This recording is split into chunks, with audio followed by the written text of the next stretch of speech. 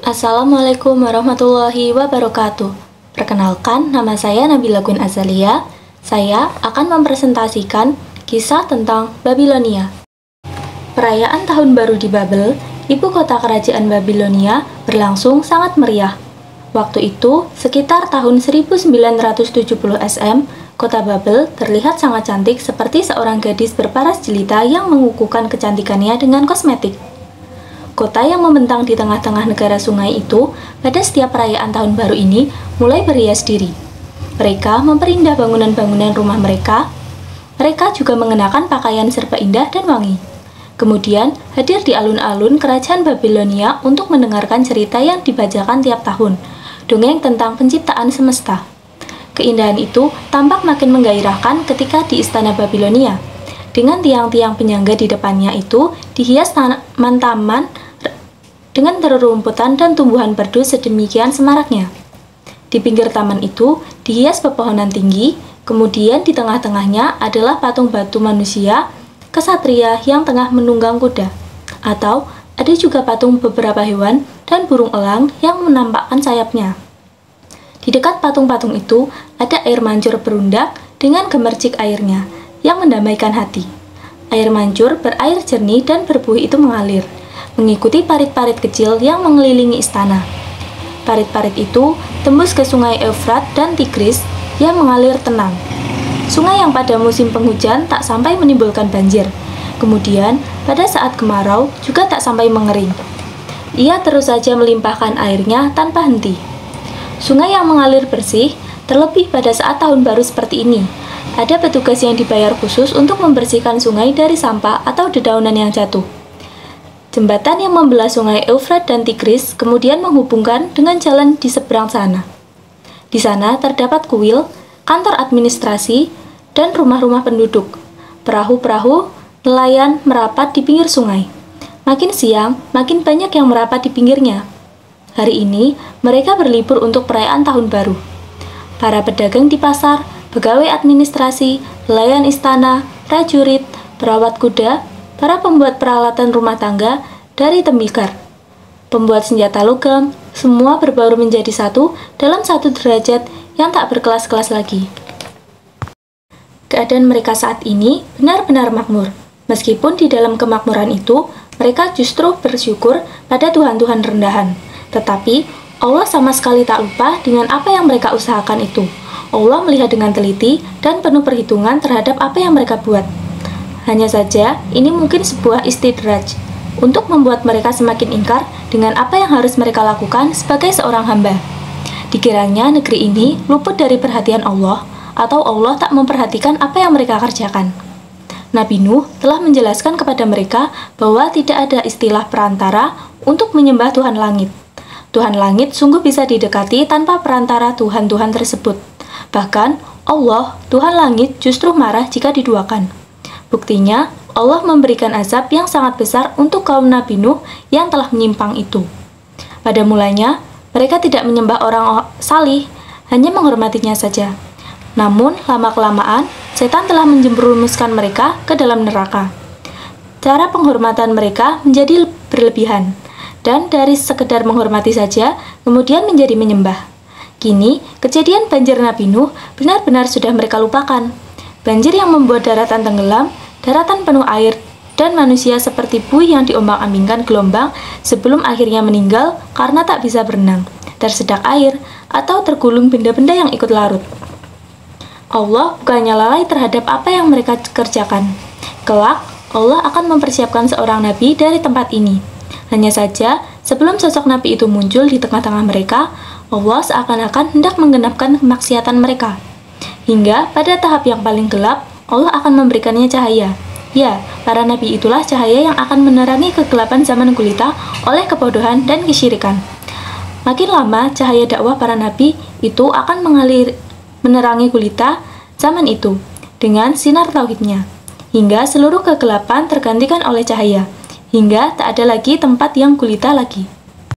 Kini, mari kita simak lagi bagaimana maksiat ini semakin genap tertoreh.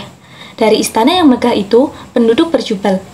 Mereka tak hanya memenuhi sekitar halaman istana, tetapi juga menyumut hingga ke ruang-ruang yang memungkinkan mereka bisa melihat satu titik perhatian, yakni ke sebuah panggung dari batu yang ditumpuk-tumpuk hingga menjulang, dan nantinya akan ada seorang pendongeng yang berdiri di atasnya untuk mendongengkan tentang Dewa Marduk dengan segenap kemampuan ajaibnya.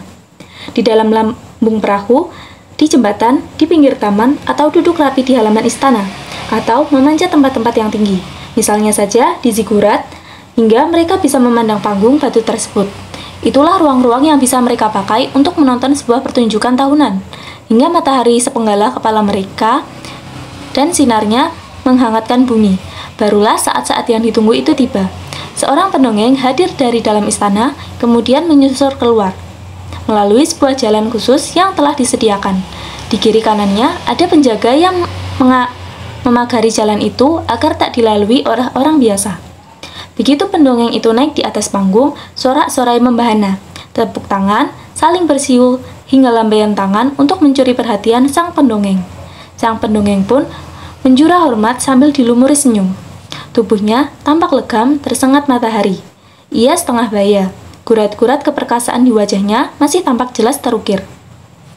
Ia mengenakan pakaian yang mencolok dan berwarna-warni. Pakaiannya adalah kualitas terbaik dan didesain secara khusus untuk acara tahunan ini. Dan harap tahu saja, semua ini atas biaya kerajaan Babilonia selaku penyelenggara. Mulailah pendongeng itu mengambil beberapa lempeng batu yang ternyata bertuliskan sajak tentang pencipta alam semesta tadi. Lempengan batu itu dipahat sebuah tulisan paku dan mulai dibentangkan dengan kedua tangannya. Inilah sebuah Enuma Elis yang mereka tunggu-tunggu, dan selalu membuat mereka terkagum-kagum dan terus merasa terkenang dengan keajaibannya. Bahkan, meskipun telah diulang setiap tahun, mereka sama sekali tak pernah bosan untuk mendengarkannya. Saat si pendongeng berdaham beberapa kali, suara riuh rendah para penonton perlahan-lahan diam dan suasana mulai hening. Semua lapisan masyarakat tak ada yang ketinggalan mendengarkan cerita ini. Tak terkecuali Raja Babylon sendiri yang sejak tadi sudah turut hadir di tempat itu. Ia ikut khidmat, menyimak apa yang akan disampaikan sang pendongeng. Pada mulanya, ada satu dewa bernama Apsu yang merupakan jelmaan air laut, yang tawar, dan Tiamat yang merupakan jelmaan garam laut. Kedua dewa itu melahirkan banyak dewa yang saling bersaing untuk menjadi penguasa, hingga akhirnya mereka menjadi semakin jahat. Maka, Apsu merencanakan untuk membunuh dewa-dewi yang tak lain anak-anak mereka sendiri. Ea kemudian membunuh Apsu. Setelah Apsu terbunuh, Ea kemudian mengangkat Marduk sebagai tentara dan penguasa yang baru. Mengetahui itu, Tiamat, istri Dewa Apsu pun marah, kemudian menciptakan makhluk-makhluk yang buas untuk membunuh Ea. Selain itu, Tiamat juga menciptakan Kingu sebagai tentara untuk melawan Marduk. Maka, terjadilah pertempuran antara Kingu dan Dewa Marduk. Marduk menang dan membunuh Kingu dan Tiamat. Tubuh Tiamat dibelah menjadi dua. Satu ditaruh di atas menjadi langit, sedangkan bagian lainnya ditaruh di bawah menjadi bumi. Adapun darah Kingu sendiri dijadikan sungai Eufrat dan Tigris. Dan dari darah Kingu pula Marduk menciptakan manusia.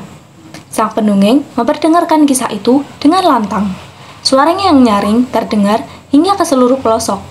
Seluruh yang hadir menyimak dengan seksama dan penuh penghayatan. Alangkah hebatnya Dewa Marduk itu. Ia mengalahkan para dewa yang telah lama berkuasa. Bagi mereka, Dewa Marduk adalah dewa yang segala-galanya. Ia yang menciptakan sungai Eufrat dan Tigris dari darah Kingu. Bahkan, mereka merasa bangga disebut sebagai bagian dari sungai Eufrat dan Tigris yang memakmurkan mereka itu. Ya, antara manusia dan sungai-sungai itu mengalir itu sama berasal dari darah Kingu. Para panji tauhid yang telah terkubur dalam-dalam seiring dengan kebudayaan yang menyimpang ini telah membuat manusia menjadi bodoh. Ilmu pengetahuan mereka tak sampai menjangkau tentang sifat Allah yang absolut. Pikiran mereka, Tuhan langit tak dapat berbuat apa-apa. Maka, kedudukannya diganti dengan Tuhan-Tuhan lain yang mewakili kekuatan-kekuatan tertentu. Bumi, langit, bulan, bintang, matahari, sungai dianggap lebih punya kekuatan yang mampu mereka rasakan. Sekian presentasi kisah cerita Babilonia dari saya. Terima kasih. Wassalamualaikum warahmatullahi wabarakatuh.